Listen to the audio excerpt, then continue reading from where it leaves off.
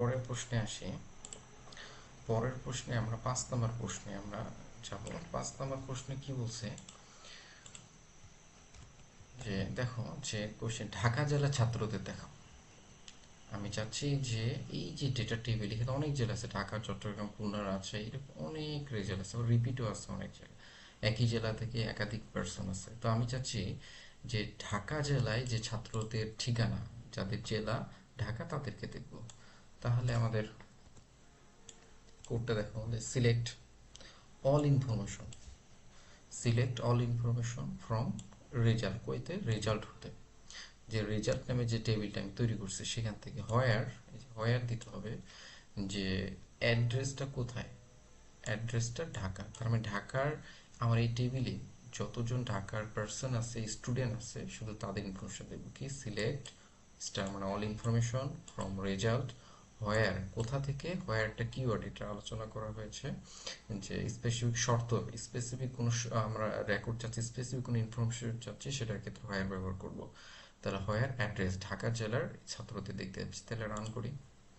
তাহলে দেখো এই যে ঢাকা, ঢাকা আমার এই 1 থেকে 20 যে আমি ইনসার্ট করছি, এখানে যাদের জেলা হচ্ছে, অ্যাড্রেস হচ্ছে ঢাকা, শুধু তাদের গুলাই আমার শো করছে। দেখো এটা, আশা করছি বুঝতে পারছো।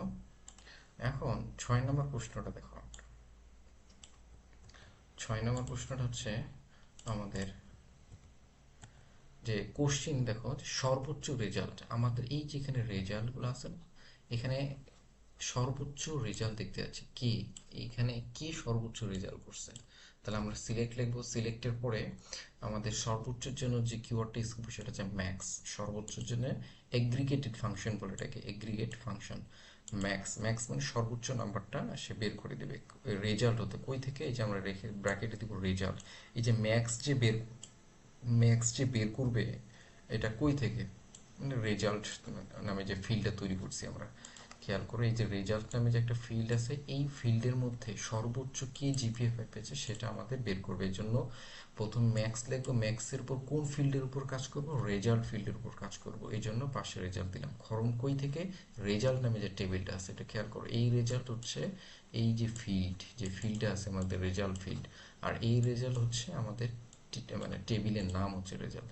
তাহলে আমরা দিই, তাহলে দেখো সর্বোচ্চ রেজাল্ট হচ্ছে 4.95। তাহলে আমার এখানে যতগুলো আমি ডেটা ইনসার্ট করছি, সর্বোচ্চ রেজাল্ট আছে একজন, সেটা হচ্ছে 4.95।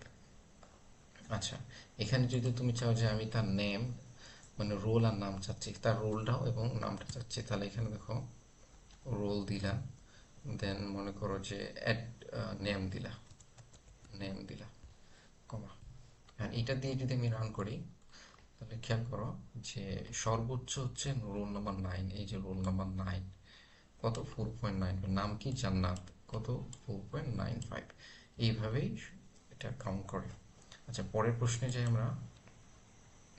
সর্বনিম্ন রেজাল্ট, তাহলে সর্বনিম্ন রেজাল্ট যদি বের করি, জাস্ট এই ম্যাক্সের জায়গায় আমরা জাস্ট মিন দিয়ে দেব, মিনিমাম রেজাল্ট, ঠিক আছে।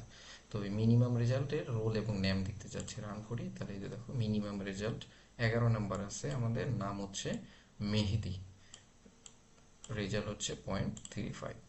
আচ্ছা, 8 নম্বর প্রশ্নটা যাই। আচ্ছা, 8 নম্বর আমাদের অলরেডি আলোচনা হয়েছে, আমরা 10 নম্বর প্রশ্নতে যাচ্ছি। 10 নম্বর প্রশ্নে আমরা যাই, খেয়াল করো। 10 নম্বর বলছে যে যারা 4 বা তার বেশি পেয়েছে তাদেরটা দেখাইতে। প্রশ্ন দেখো, যারা 4 বা তার বেশি পেয়েছে তাদের রেজাল্ট আমরা দেখব।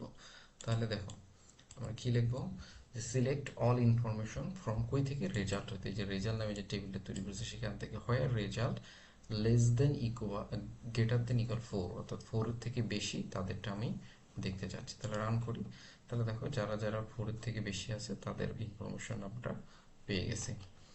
ঠিক আছে, এখন তুমি সব ইনফরমেশন চাচ্ছ না, শুধু তাদের নামটা দেখতে চাচ্ছ, তাহলে এখানে জাস্ট খালি কি লিখে দিবা, নেম লিখে দিবা। নেম লিখে দিয়ে আমি যদি রান করি, তাহলে দেখবা যে শুধু নেম চলে আসছে, যাদের রেজাল্ট নেম। এখন তুমি যদি নেমের পাশে চাও যে আমি রেজাল্টটা চাচ্ছি, নেমও থাকবে রেজাল্টও থাকবে, তাহলে তুমি এখানে দিতে পারো রেজাল্ট।